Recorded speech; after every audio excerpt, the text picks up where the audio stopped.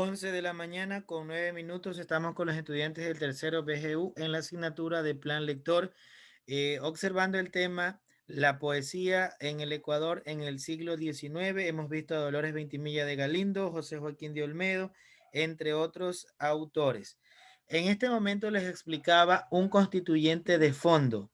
¿Qué utiliza el poeta, el escritor, el autor para poder crear sus poesías, sus poemas?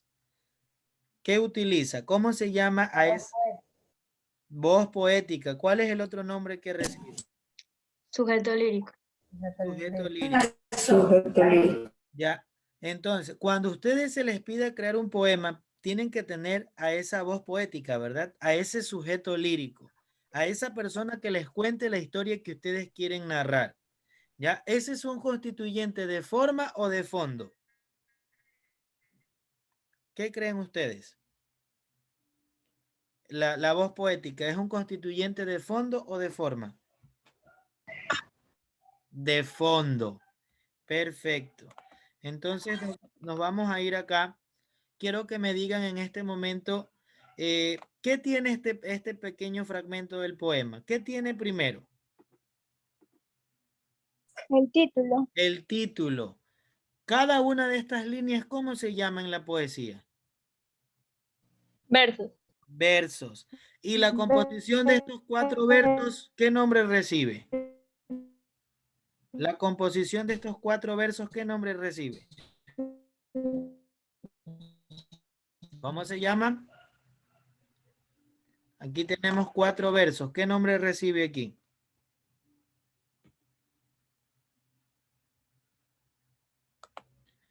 Estrofa. Estrofa. Estrofa. Perfecto.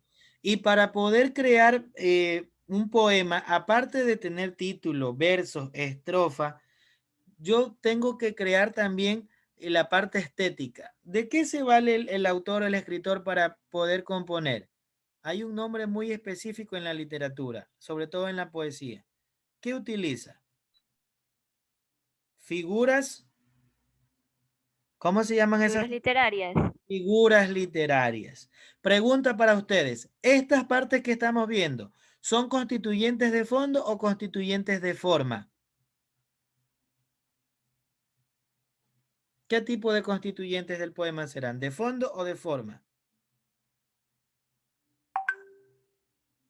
Lo que acabamos de ver. De forma. De forma, muy bien. Tenemos las figuras literarias, tenemos lo que es los versos, el título, etcétera. Voy a explicar una figura literaria que aparece aquí en La Victoria de Junín. Esa figura literaria se llama paralelismo. Un paralelismo es repetir una idea con otras palabras dentro del mismo poema. Por ejemplo, aquí dice el trueno horrendo que en fragor revienta y sordo retumbando se dilata. Por la inflamada esfera al Dios anuncia que en el cielo impera. Quiero que me investiguen la palabra fragor, la palabra inflamada. ¿Qué serán? ¿Qué idea comunicará? ¿Qué es un fragor? El que ya la tiene me levanta la mano y lo puede decir. ¿Qué es fragor? Te escuchamos, Tamay, con voz fuerte. Ruido estruendoso. Ruido estruendoso. Tamay, fragor, ¿con qué otra palabra que se relacione tiene el mismo significado? ¿Cuál sería de estos 4 versos? Si dice que fragor es un ruido estruendoso, ¿con qué palabra se relacionará? Para todos es la pregunta. Profe, retumbando. Con retumbando. Fragor y retumbando significan lo mismo, sí, o tienen un similar significado. ¿Cómo se llama esa figura literaria que repite los significados con diferentes palabras? Paralelismo. Paralelismo. ¿Quién me encuentra otro paralelismo de este poema? Hay otro, indiscutiblemente.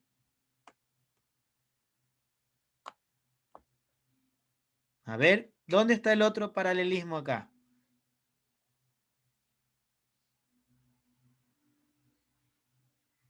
¿Quién ya lo encontró? Dos palabras que tengan las mismas ideas o el mismo significado. Habrán palabras que ustedes no conocen el significado, entonces tienen que buscar para poder encontrar. Rayo y trueno. Rayo y trueno, muy bien. Otro paralelismo. Ya tenemos fragor, retumbando, rayo y trueno. Hay otro paralelismo.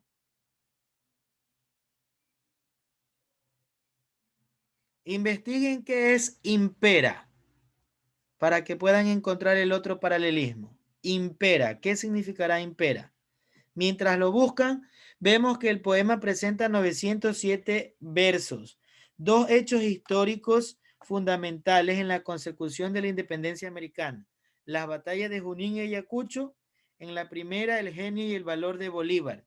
Lideraron a las tropas independentistas. En la segunda, toma relieve la figura heroica de Sucre. Eso es como una conexión con estudios sociales. ¿Qué es impera?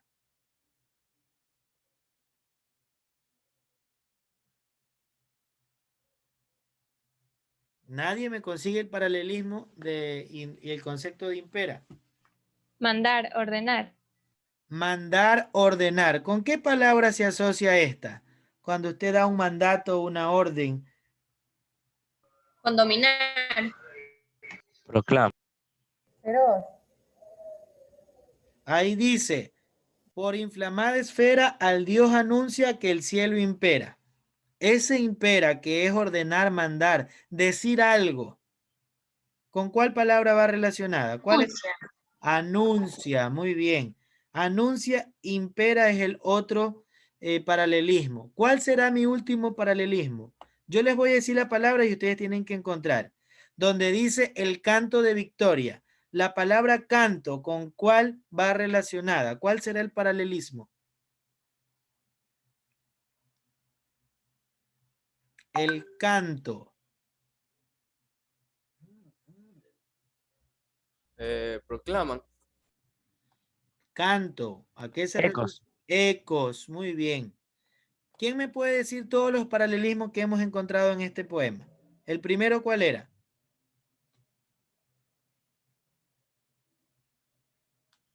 ¿Cuál era? Fragor. Fragor, ¿con cuál era paralelo? Retumbando. Retumbando. El segundo paralelismo, ¿cuál era? Trueno. Rayo y trueno. Rayo y Rayo y trueno. trueno. El tercero, Impera y anuncia. anuncia e impera. El último, Canto y ecos. Ecos. bien. A continuación, vamos a declamar el poema de Dolores Veintimilla de Galindo. Esta poetisa que se enmarca dentro del romanticismo, dice, llega al Ecuador, ya en Europa había empezado su declive, es decir, lo mejor de su producción había pasado, y autores de menor talento empezaban a producir obras en las que se abusaba de recursos propios de esta escuela, desgastándola o reduciéndola, o simplemente la exaltación del amor. El mejor romanticismo no se concentraba solo en eso. Vale, sin embargo, que recordemos algunas características de este movimiento. Vamos con la primera característica del romanticismo, Aragundi. ¿Cuál es? Primacía. Primacía del sentimiento frente a la razón. Postura contraria a la ilustración. O sea que primaba tus sentimientos antes que tu razón. Si no me quiere, me mato. Eso es el sentimiento te desborda. Ya consigues otra persona y se te olvida eso. Entonces ahí la razón prima. Pero en el romanticismo primaba era el sentimiento. Número 2, Ariana Paladines. ¿Cuál es la segunda característica del romanticismo? El racionalismo no basta para explicar a la naturaleza y al individuo. O sea que la razón no es la única fuente para explicar por qué nos sentimos así. Vamos con la tercera, Molina. ¿Qué dice la tercera característica? Se concibe el mundo como un organismo viviente en constante cambio, por lo tanto el cambio es un valor positivo. Todo lo que cambia es positivo. De hecho, hay un Heráclito dice que cuando nos metemos al agua, cuando nos volvemos a meter, ya no son las mismas aguas. Las aguas son diferentes y nosotros somos diferentes. Lo que pensamos hoy, mañana quizá ya no lo pensemos, porque somos el resultado de un producto social cambiante. Todo lo que nos sucede nos hace cambiar.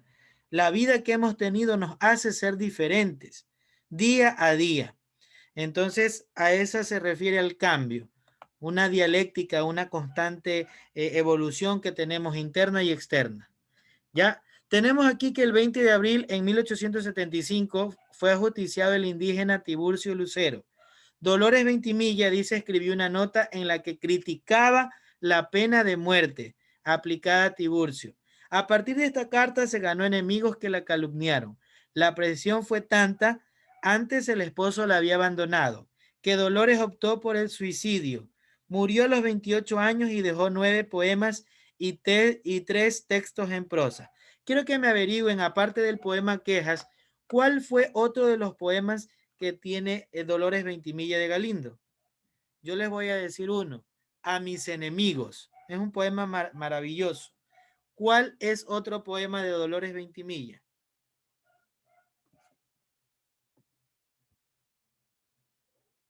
Anhelo. Anhelo. Anhelos, muy bien. La noche de mi dolor. A Carmen. A Carmen, La noche de mi A un dolor. reloj. A un reloj. Y falta uno importante. Desencanto. A la misma amiga. Ya. A aspiración. Bien. Tenemos anhelos, a Carmen, a mis enemigos, entre otros. Vamos a declamar el poema Quejas en este momento. Yo lo voy a iniciar y ustedes lo van a continuar, ¿ok? Entonces quiero que se preparen todos porque cada uno va a decir por lo menos 2 versos cortos, ¿ya? Sobre el poema Quejas. ¿Están preparados? Afinen su voz.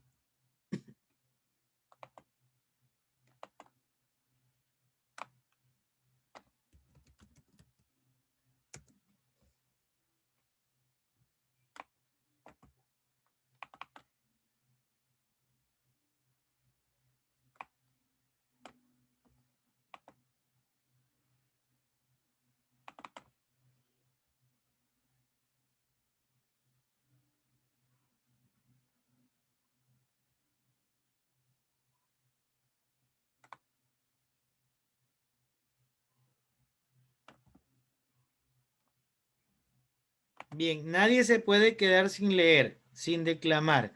No tienen que leerlo todo, solamente 2 versos. ¿Ok? Yo voy a iniciar y cualquiera que quiera tomar la posta lo continúa. Son 29, entonces los 29 tienen que participar. Poema Quejas de Dolores Ventimilla de Galindo. Y amarle pude al sol de la existencia. Se abría apenas soñador el alma. Perdió mi pobre corazón su calma desde el fatal instante en que la hallé. Sus palabras sonaron en mi oído, como música blanda y deliciosa. Subió a mi rostro el tinte de la rosa, como la hoja en el árbol vacilé.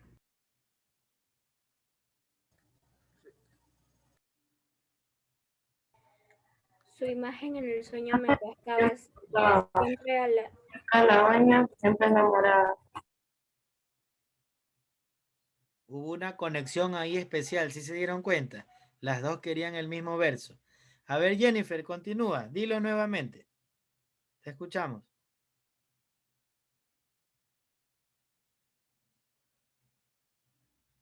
Su imagen en el sueño me acosaba, siempre halagueña, siempre.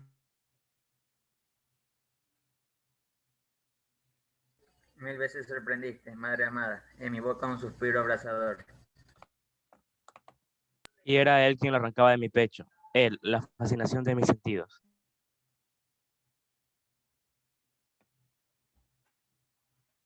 El Ideal de mis sueños. Sigue, Ceballos, sigue. Él, el ideal de mis sueños más queridos. Él, primero, mi ferviente amor. Sin él, para mí, el campo placentero, en vez de flores, me obsequiaba abrojos. Sin él eran sombríos a mis ojos, del sol los rayos en el mes de abril. vivía de su vida apasionada. Era el centro de mi alma, el amor suyo. Era mi aspiración, era mi orgullo. ¿Por qué tan presto me olvidaba el vil? No es mío ya su amor, que a otra prefiere. Sus caricias son frías como el hielo. Es mentira su fe, finge desvelo, mas no me engañará con su ficción. Alguien que haga la última parte, pero declamándola, que nos haga llorar a todos. ¿Quién lo puede hacer? Vamos, inspírense.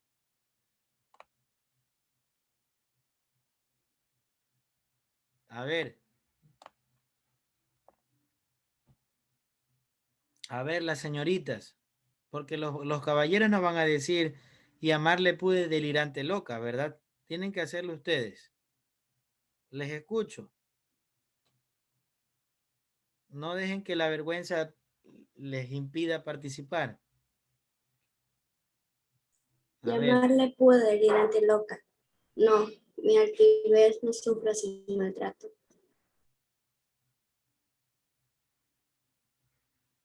Y si al olvidar no alcanzas al ingrato, te arrancaré del pecho, corazón. Ustedes me hacen es reír antes de hacerme llorar.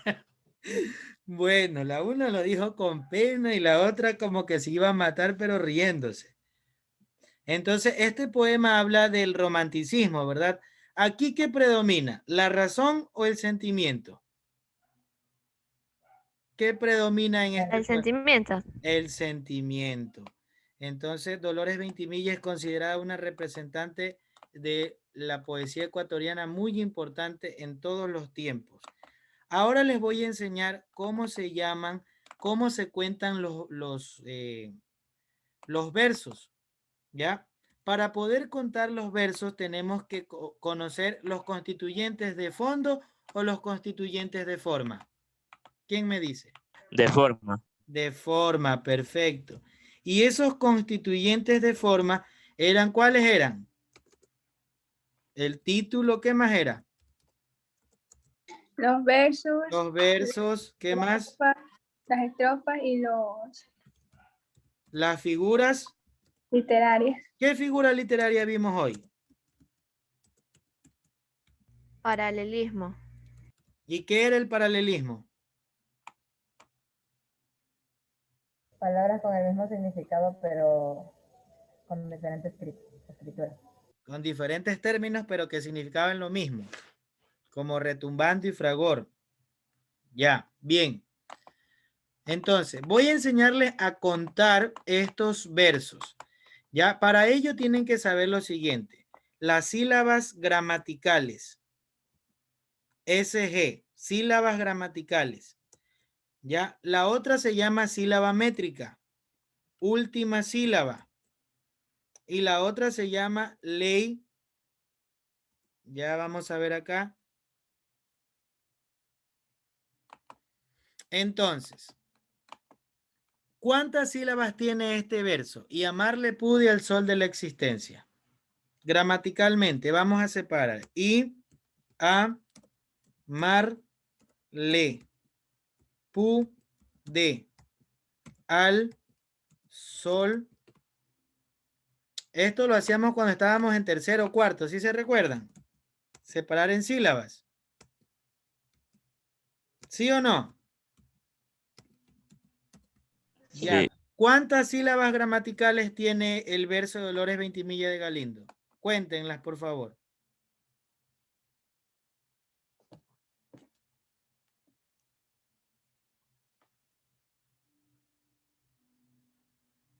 ¿Ya lo hicieron?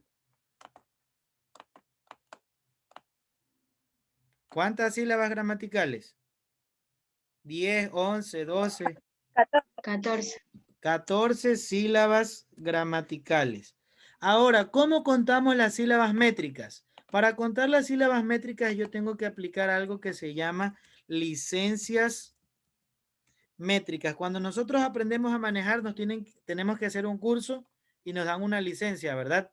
Para contar los poemas tenemos que utilizar licencias métricas. La primera licencia métrica se llama sinalefa. ¿Ya? La segunda, dialefa.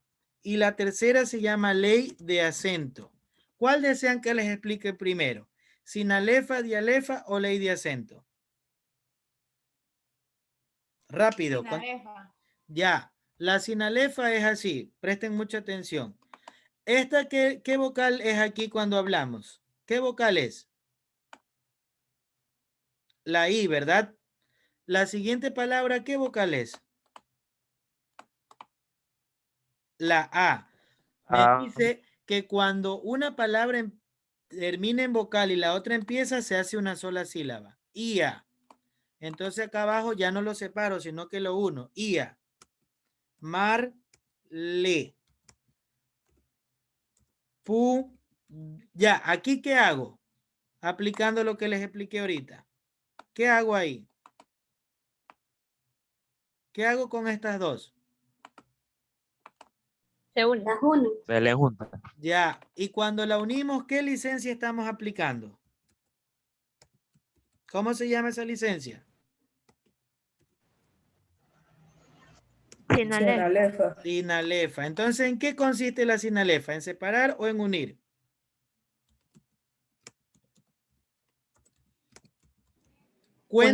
Unir. Cuéntenme cuántas sílabas ahora se hicieron en sílabas métricas. Hay 2, 4, 6, 8, 10. ¿Cuántas hay? Cuenten. 11. Entonces, aquí yo le pongo 11. ¿11 qué? Sílabas métricas. Métrica. Para que se hayan hecho 11, tuve que aplicarle la sinalefa. ¿Qué es la ley de acento? La ley de acento me dice que si la última palabra es aguda, yo le tengo que aumentar una sílaba. Si es grave, no pasa nada. Y si es esdrújula, ¿qué tendré que hacerle? Quitarle una sílaba. ¿La palabra existencia es aguda, grave o esdrújula? Esdrújula. Las esdrújulas se tildan. Existencia no tiene tilde. ¿Dónde está la fuerza de voz de existencia?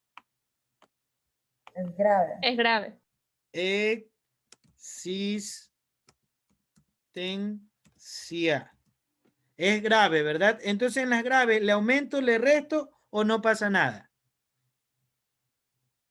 No pasa nada. Entonces, aquí donde dice US es última sílaba. Usted le pone en grave, no pasa nada.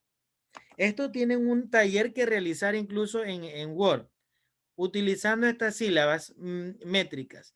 Si la sinalefa es unir, ¿qué será la dialefa? ¿Qué será la dialefa, chicos?